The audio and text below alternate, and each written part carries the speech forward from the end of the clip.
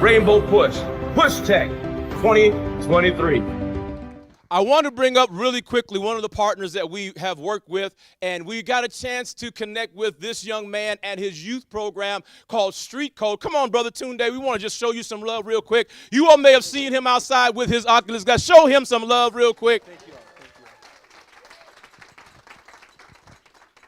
His program has been equipping young people on the front lines and cutting edge of technology. As he's actually leaving now to go teach a group of a couple hundred kids tonight. But I asked him to come here first, show us what he's been doing, and say good evening. So Tunde, say good evening. Good evening. Good evening. So I want to say a couple of things. First, I'm not a technologist, so I wouldn't be able to do the work that I'm doing without people who really know and love that craft, and we have an army full right in East Palo Alto. But two of them are here with us, and I want to thank Imani and Daniel for coming out. You don't know why you're clapping, but Imani's San Jose raised, and Daniel's actually his birthday today, so I think that's very meaningful that he came out. I wanted to I'm glad, Pastor, that you allowed me to just say a public thank you for Reverend Jackson and for Push Tech for two main reasons. The first is that I was 19, about 18 years old at Stanford University. I came from Portland, Oregon, raised in a Christian household that really gave me a value for serving. Now, as you grow older, that evolved into my understanding of civil rights. And so I came to Stanford asking, like, what's going to be our civil rights issue of our era? Mm-hmm. And it was Jesse Jackson and Butch Wing, who's in here, and I have a tremendous amount of respect for Butch because Butch was leading the office in 1990. Butch Wing, everybody! Butch Wing, there he is. So in 1999, I'm a young 18, 19-year-old who's asking this big question, what's it going to be, right? And it was those folks who had a conference much like this who was saying that the digital divide was our issue of our era.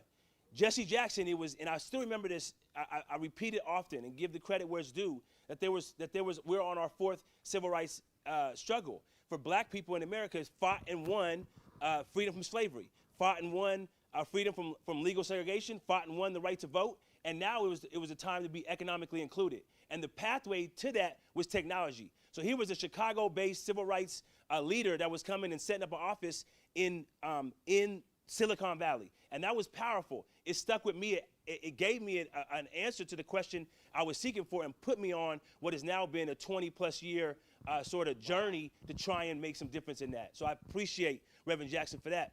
The second thing I appreciate is that he came back about 10 years later, and he was speaking at City Hall. Lisa Gaucher, in fact, our mayor in East Palo Alto, was here.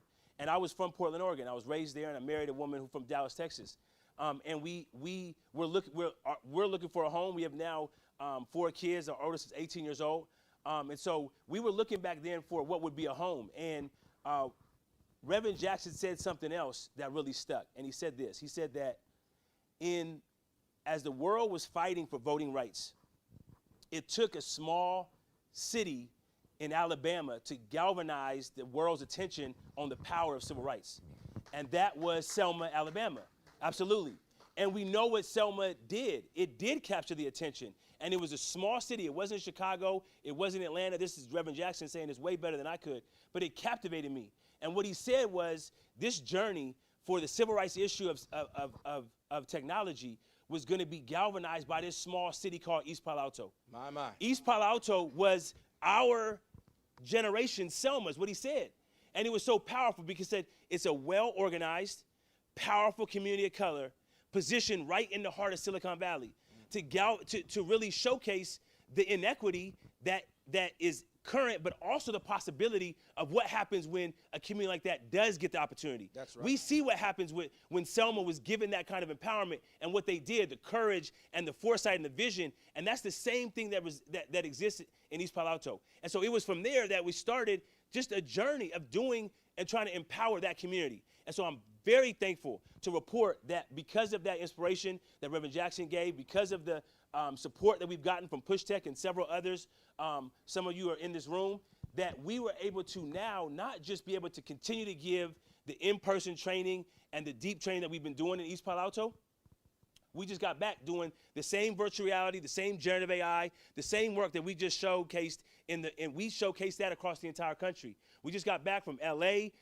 Atlanta, Dallas, Houston, and we're doing an East Coast trip in October. So we're literally doing what was seeded by this initiative. That what can happen in East Palo Alto can be something that resonates throughout the entire country. And I'm just grateful to know that there's a room full of folks who are building their own businesses. There are a room full of folks who are investing in businesses. There are a room full of folks who are inventing and who are advocating for the same kind of social cause that really moved me. So just wanted to say thank you. And although I'm leaving, the spirit is here, and Streetcode is here, East Palo Alto is here, and just we salute and thank y'all.